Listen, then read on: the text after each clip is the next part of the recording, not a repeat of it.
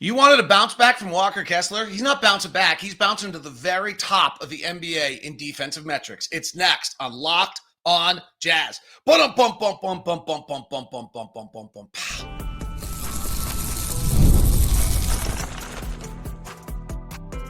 You are Locked on Jazz, your daily podcast on the Utah Jazz. Part of the Locked on Podcast Network. Your team every day. How are you? I am David Locke, radio voice of the Utah Jazz, Jazz NBA insider. This is Locked on Jazz. It is your daily podcast on the Utah Jazz, giving you insight, expertise, geeky numbers, and hopefully making it way better to be a Jazz fan each and every day. Thank you so much for making Locked on Jazz your first listen of the day. We are free and available on all podcasting apps, on YouTube, and we have the free daily newsletter, Locked on Jazz, which you can sign up for at lockedondaily.com or hit the QR code that is on your YouTube show right now if you're watching on video. If you'd signed up yesterday, you got an Empty the Noggin, exclusive Empty the Noggin for the Knicks game. You would have gotten Katie Heindel's exclusive national article on the Minnesota Timberwolves and their problems. You would have gotten Josh Lloyd's exclusive breakdown of how John Morant's return to the fantasy lineup impacts things, plus links to all the most important articles in the Jazz and the NBA. It's the ultimate one-stop newsletter. Hit the QR code or go to Locked On Daily. Everydayers, you're the best. Thank you for being a part of the show each and every day. Today's episode is sponsored by Built. Start earning points on rent you're already paying for by going to joinbuilt, BILT.com/LockedOnNBA. Join Built, BILT.com/LockedOnNBA. On today's show, we're going to do a Trends Monday, even though it's a Tuesday, because I didn't do a Monday show because, truthfully, my wife is a huge Seahawks fan, and with Sunday, Monday off, we had a chance to go to Seattle, and we went to the Seahawks game, let her go watch the Seahawks beat Arizona and make her very happy, which is great. And so we did that. So I was flying back yesterday morning and did not feel like waking the people up whose house we were staying at 5 o'clock in the morning by doing a show. So my apologies. So we'll do Trends Monday because I think there's some interesting notes there. Lauri Markkanen's got his groove back. We'll dig into that. It's interesting how it's happening. And two, let's start with Walker Kessler, who is not just bouncing back, but he is right now statistically the number one defensive big in the NBA, unless it's the big guy that's going to be there tonight. Victor Wembanyama and Walker Kessler today at Delta Center tonight. Get your tickets. Should be incredible to watch Wemby. If you've never seen Wemby in person, get out and join us. It's mind-blowing. All right, pick and roll defense. We open the broadcast. You should listen. Ron and I do a half-decent job and really enjoy it. We opened the broadcast the other night with this incredible number. That up until Walker getting hurt, the Jazz were the fourth best pick and roll defense in the NBA at 0.9 points per pick and roll. 0.9. Really good. Walker goes out, and the Jazz go as a team, they go from 4th to 28th in 4 games. Not that they ranked 28th in those 4 games, their whole season ranking went from 4th to 28th in the 4 games Walker missed. They allowed 1.2 points per pick and roll. If you think about this for a second, there's like 60 pick and rolls a game, and the Jazz were allowing, when Walker didn't play, they were allowing 0.3 points per pick and roll more. That's 18 points a game more on pick and rolls. Crazy. So Walker comes back against the New York Knicks, the number one pick and roll team in all of the NBA. The New York Knicks throttle the Denver Nuggets last night with their pick and roll. It's Jalen Brunson gets the 4th most pick and rolls of any player in the NBA, and he's the 4th best. And their whole entire team on the whole thing, offensive team for the season, is the 2nd best pick and roll team in all of the NBA. It's actually now the best in the NBA after last night at 1.08. 1.08. And the Jazz allow 0.78. Again, 0.3 difference between the Knicks season average, just coincidentally, and the Jazz, which means that on the 55 picks that the Jazz defended that night, the fact that they defended them at 0.3 points better than usual was worth almost 16 points. And Walker Kessler is the number one big in the NBA now defending the pick and roll. Walker Kessler defending a pick and roll, 183 of them this year, points per chance, according to Second Spectrum, 0.73. Chet Holmgren is next at 0.74. And the next guy is 0.81. It's Julius Randle of our weird things.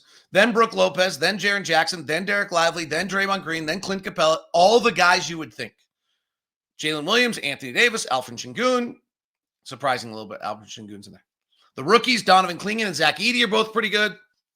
It's all the guys you would think. And the guy on the top of the list right now is Walker Kessler. The number one big in the NBA defending pick and roll per chance. If you take, he's done 183, the top 60 guys in the NBA. If you're wondering, the worst in the NBA is Naz Reid. The second worst in the NBA is Trae Young because he gets called up into all the pick and rolls. The third worst is Nikola Jokic, and the fourth is Trey Lyles. It's interesting. Look at the difference. The Knicks go to Denver against Nikola Jokic, who's the third worst pick and roll defender in the NBA, compared to going up against Walker Kessler, who's the best, and what happens? So Walker Kessler is the number one big defending all pick and rolls in the NBA right now. He is the number two big in the NBA defending shots within 6 feet of the rim. The guy who's number one will be in the house tonight. Victor Wembanyama. Isaiah Hartenstein's played 2 games. He doesn't count. Victor Wembanyama this year in 14 games, opponents inside 6 feet are shooting 40% when he's the closest defender. 40% when Victor's the closest defender inside 6 feet. 22 percentage points better than league defensively, or the offensive players are 22% worse than league average. When Walker's the closest defender inside 6 feet, teams are shooting 20.7% worse with Walker Kessler as the closest defender. Only Wemby's better. Joel Embiid is right there. He's only played 4 games. Chet Holmgren is at 17. Walker was at 21. Cade Cunningham, weirdly, is at 16. Jalen Williams, Oklahoma City's at 13. He might have been next to Chet Holmgren. Derek Lively's at 12.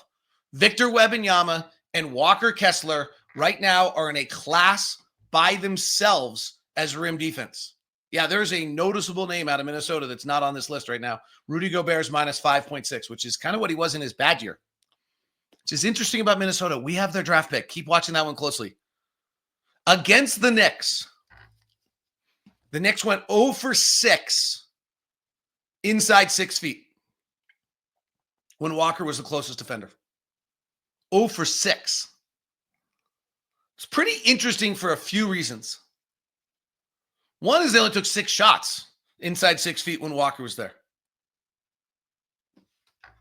So that's the first thing. For the season, this is interesting. Teams are not actually shooting. They're shooting 4% fewer shots at the rim when Walker's on the floor. 4% fewer shots at the rim when Walker's, and those shots become mid-range shots. That's the value right there. You go from a 1.3 point shot to a 0.8 when Walker's on the floor. What's interesting is teams are shooting at the rim about the same percentage overall for the season when Walker's there, which doesn't make a lot of sense. It just means that when Walker, I think what it really means is, why aren't we more noticeably seeing some of Walker's impact is because our transition defense has been such a problem. We're in transition so much that the more we get in the half court defensively, the more we'll be able to see this type of impact from Walker. The bigger issue, or the next issue, is can we be good offensively when Walker's on the floor? We have not been good offensively when Walker's on the floor this year, so we need to figure that out. But defensively, you wanted Walker Kessler to make a jump. Walker Kessler's making a jump. He is the number one pick and roll defender in the NBA. He's the number 2 inside 6 feet defender in the NBA. The Jazz pick and roll defense in games which Walker plays is now in the top 2 or 3 in the NBA. And when he doesn't play in those games, it's last. It's crazy. And it's not last by a little. So Walker Kessler has bounced back and having that impact. The other guy that's bounced back and is back in his groove is one Lauri Markkanen. And we're talking about it next on Locked On Jazz. Today's show is brought to you by Murdoch Chevy, located at Woods Cross, also located in Logan.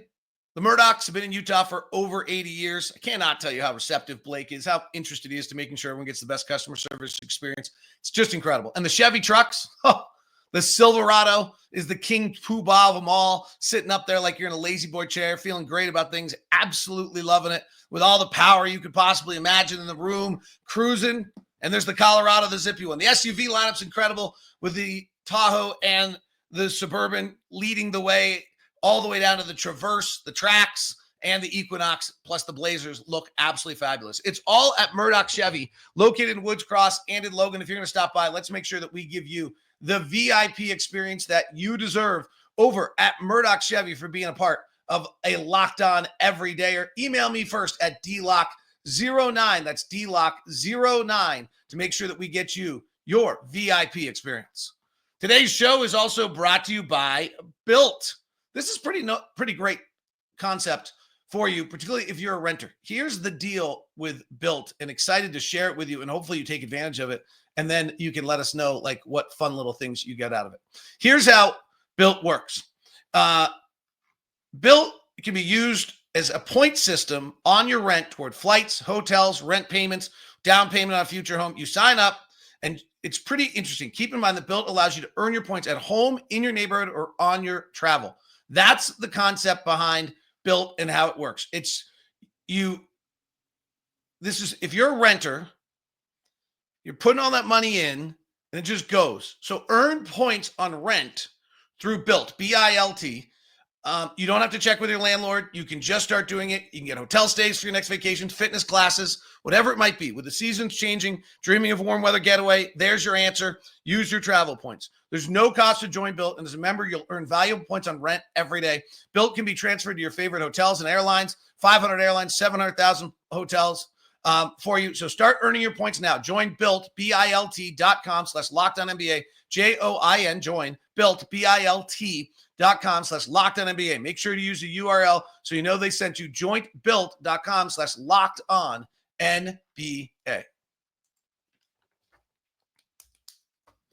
Lauri Markkanen's on fire. Great to see. Struggled to start the year, wasn't getting shots. The Jazz shot distribution was pretty out of whack. Last 3 games, 16 shots, 17 shots, 15 shots, along with about 8 trips to the free throw line. He's back on. Last 5 games, Lauri Markkanen is the all-star caliber player we know. 26 points, 7 rebounds, 1 assist. 25 points, 26 points, 7 rebounds a game. Shooting 59% from the field and 48% from 3. Wow. At 7-1. Pretty amazing tonight. Speaking of Walker versus Wemby, how about Lauri and Wemby? Wemby is taking, let me see if I can find this. It's in my notes.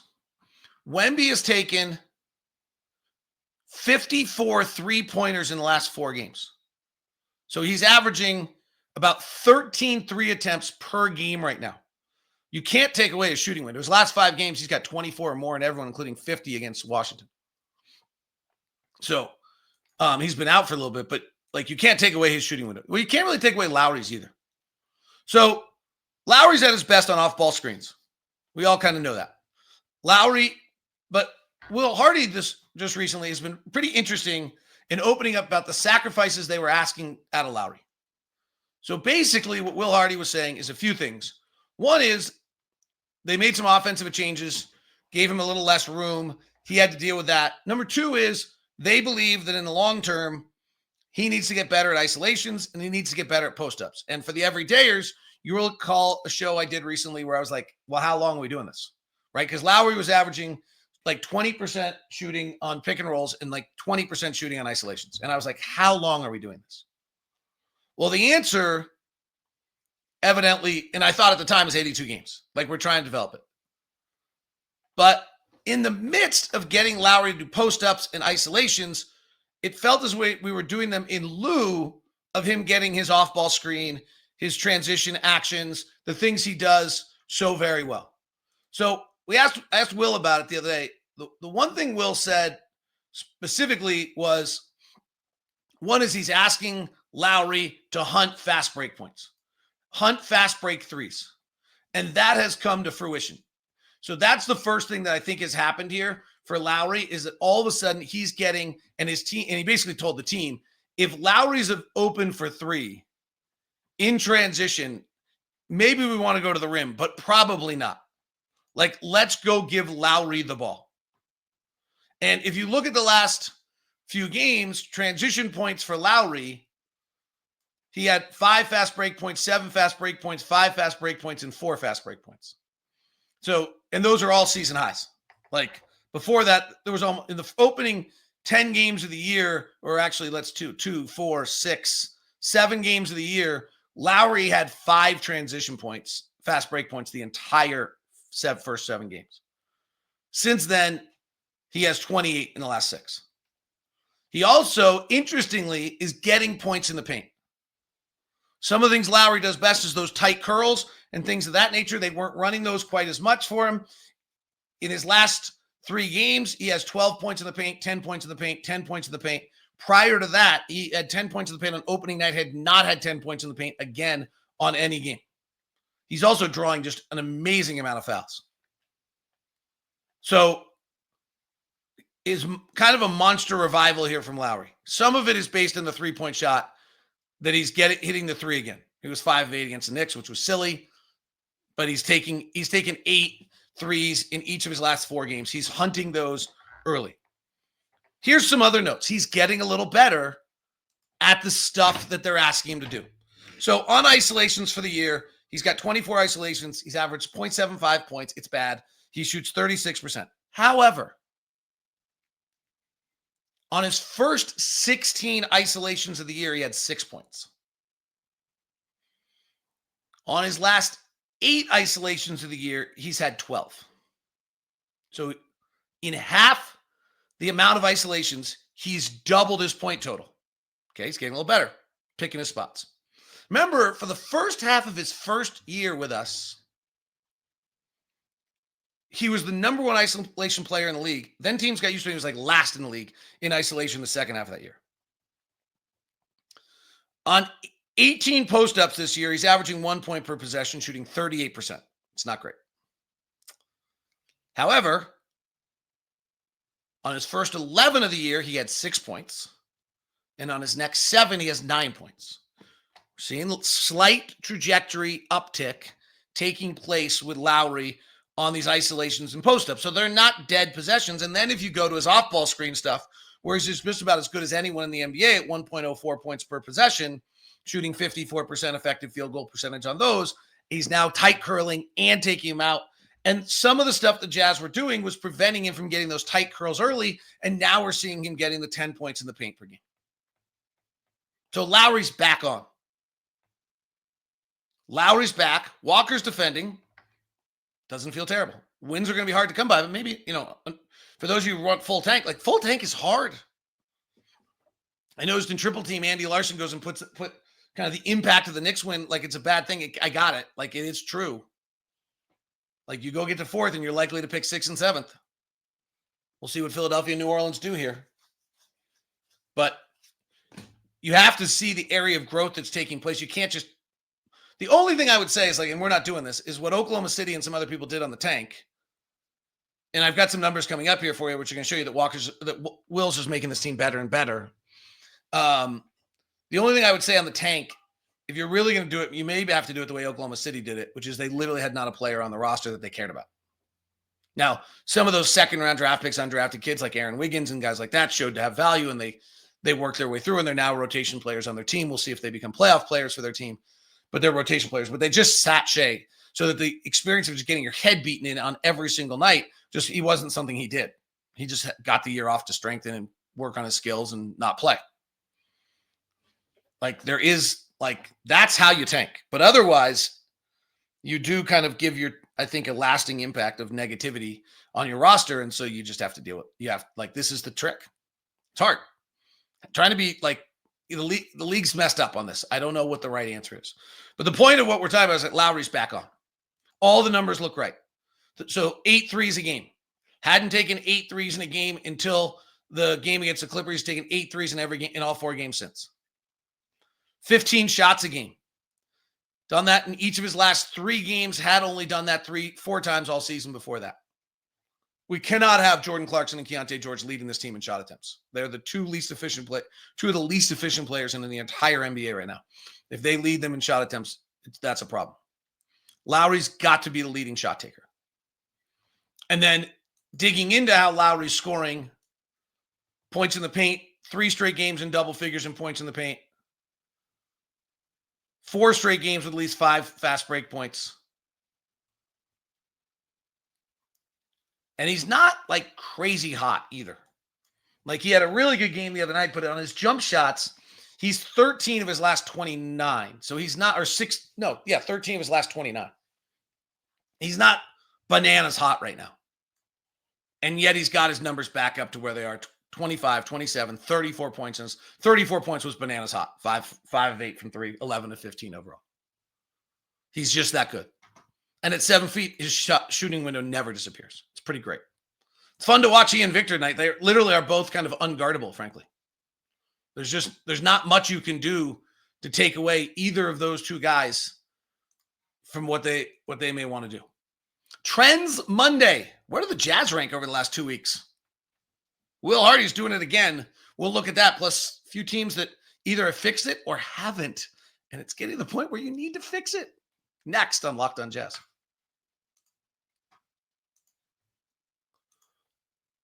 Today's show is brought to you in part by our friends over at Robinhood, the new gold standard. You don't have to have a silver spoon to eat up the financial favors of the 1%. Robinhood Gold allows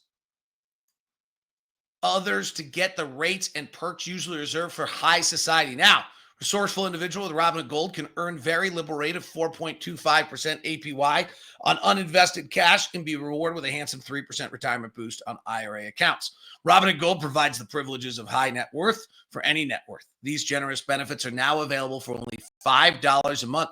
The new gold standard is here with Robinhood Gold. So sign up at Robinhood.com/gold. Terms apply. For product specific disclosures, visit Robinhood.com/gold. Investing involves risk. Rate may change. Gold membership is offered by Robinhood Gold, LLC. Today's show is also brought to you by an underwear. Yes, by underwear, by Skims. I was listening to Wes Goldberg on Locked On NBA. He says people walk up to him all the time and ask him about how his underwear. No one's ever asked me that, but I'm going to tell you nonetheless, because Skims now makes underwear for men. My girlfriend, no, that's what the copy says. My wife, jealous. Our director of operations, jealous. All because the men in Locked On got themselves free Skims. That's right. That is true. Everyone wanted, like they were trying to figure out how they get it. They don't, because it's for men. The other day I told you I had the long day, the Milwaukee bus, wore my Skims. Great. Absolutely fabulous. The box cotton 5-inch boxer brief, the stretch 5-inch boxer brief. Those are the two I got. Working between those two. They also have the 3-inch if you want that. Pretty strong. Go check out skims.com/LockedOnNBA and let them know that I sent you.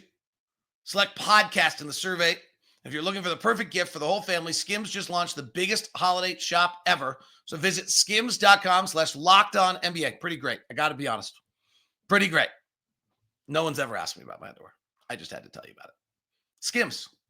Skims.com/LockedOnNBA. Thanks so much for making Locked On Jazz your first listen of the day. We are free and available on all podcasting apps, and the QR code on video is now there for you so that you can go grab the Locked On newsletter for free if you would like to. The question we asked the other day, what should be the focus for Keontae George's development? 64% said improving shot selection and efficiency. 19% said building confidence in playmaking. And 17% said enhancing defensive skills. We also asked, how do you feel about the current performances of the Jazz rookies? They're progressing as expected, said 18%. They're struggling more than anticipated, said 44%. And 39% had reason and said it's too early to judge. Those are all on our YouTube page in our community section. All right, Trends Monday. I like Trends Monday. Number one team in the league. Oh, we start with last 10 games. And then we'll go to last 2 weeks. That's how we do it. So let's start longer, last 10 games.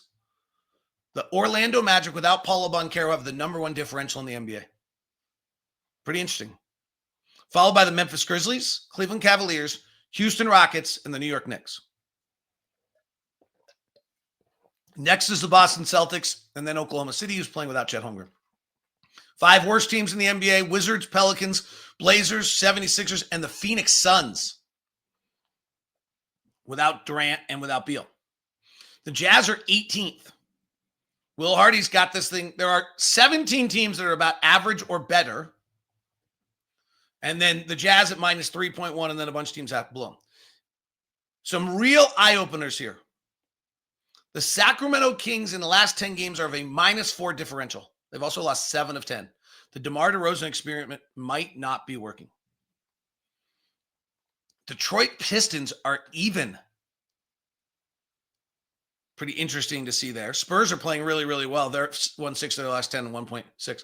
Now let's get into offense. The number one offense in the last 10 games, the Knicks, followed by the Cavaliers, the Celtics, the Mavericks, the Lakers. It kind of makes sense. And the Grizzlies still holding up there, and they get Ja Morant back. The Jazz are the 9th best offense in the NBA over the last 10 games. Will Hardy just figuring this out every year. It's crazy. Jazz are the 9th best offense in the last 10 games. Teams that can't score right now are Portland, Washington, Philadelphia 76ers, Pelicans, Charlotte, and Raptors. Interesting to me, Milwaukee, who I believe if they're going to win has to be a number 1 level offense, is still 13th in the last 10 games. Sacramento, DeMar DeRozan is 20th. Kind of jumps out there. Number 1 defense in the NBA for the last 10 games are the Magic and the Rockets. They're virtually the same and no one else is close. They're 5 points basically better than anyone else in the NBA. The Magic and the Rockets. Grizzlies, Clippers, and then the Bucks are the 5th best. I do not know that can be maintained. That's super interesting to me, but it does not feel like that can be maintained. Minnesota's at 8th. Minnesota's differential is fine for all the talk about them. The worst defenses in the NBA, Chicago Bulls have become 30th, Phoenix Suns 29th, Brooklyn Nets 28th. Why does your defense fall apart when you lose Beal and Durant? That's questionable. Nets, Wizards, Jazz, Pelicans, and the Lakers are 24th in the league defensively recently.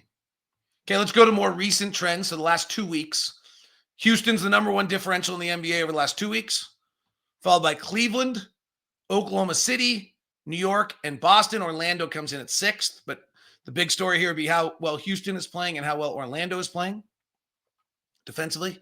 Teams that are really struggling: Washington, New Orleans, Phoenix, Philadelphia, Brooklyn, Chicago. And Chicago's lack of defense is interesting there. The top offense in the last 2 weeks is Cleveland, New York, Boston, Dallas, Brooklyn. Jordy Fernandez, what are you doing?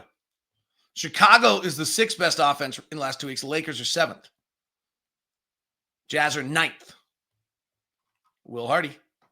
New Orleans, Portland, Philadelphia, Washington. The Clippers can't score. Not surprising. They don't have enough possessions. In Toronto. Defense, number 1 in the league. We talked about before. Houston and Orlando are just way better than everybody else. Oklahoma City is still there the last 2 weeks. Clippers are 4th. Golden State is 5th. Miami is 6th. Portland, now that Donovan Clingan is starting, big guys matter, is 7th. Teams not defending: Brooklyn, Chicago, Phoenix, Washington, Lakers, and Utah over the last 2 weeks. 25th. Only, remember, they were like deep 30 before the other night against the Knicks. Sacramento's 22nd league defensively recently. Minnesota's 20th in the league defensively over the last 6. That's the only thing that makes, keep an eye on it. Something might be off. Katie wrote about it really well in the Lockdown newsletter of how that's taking place and what's taking place there. San Antonio's dead even. We play tonight 14th and 15th in the league. All right, keep an eye on fun one with San Antonio tonight. They are not a particularly good catch and shoot 3-point shooting team, partially because of Wemby. He's not great at it. Wemby shoots 33% off the bounce on threes and 34% of the break threes, and he takes a lot of them. Their pick and roll offense is really good. Chris Paul and Victor Wembanyama are beginning to figure it out, so that'll be a real challenge for the Jazz. And actually then Stephen Castle and Zach Collins are really good in their second team with their pick and roll offense, so keep an eye on that. Interestingly, Victor Wembanyama is the 10th best isolation offensive player in the NBA already. 10th best. Isn't that crazy? Yeah. So keep an eye on that. He's not great in isolation defense, nor is Stephen Castle. So if the Jazz get either of them on an island, that's probably all right. And Victor's pick and roll defense is not elite yet. in his second year in the league, despite his length. That is the breakdown. It is Locked On Jazz. Thanks so much for tuning in. For those of you, please follow me on any of those socials, DLock09 on Threads, Blue Sky, or X. Thanks for taking the time on the show. If you have not subscribed or follow the show, please do. If you're on YouTube, hit the bell button and the newsletter sign up. Locked On Daily. Get it free every day. Locked On Jazz in your inbox. On video, we send you the first ever national 24/7 channel on the NBA. It's called Locked On NBA. And if you're on audio, check out our 2 editions of Locked On NBA every day.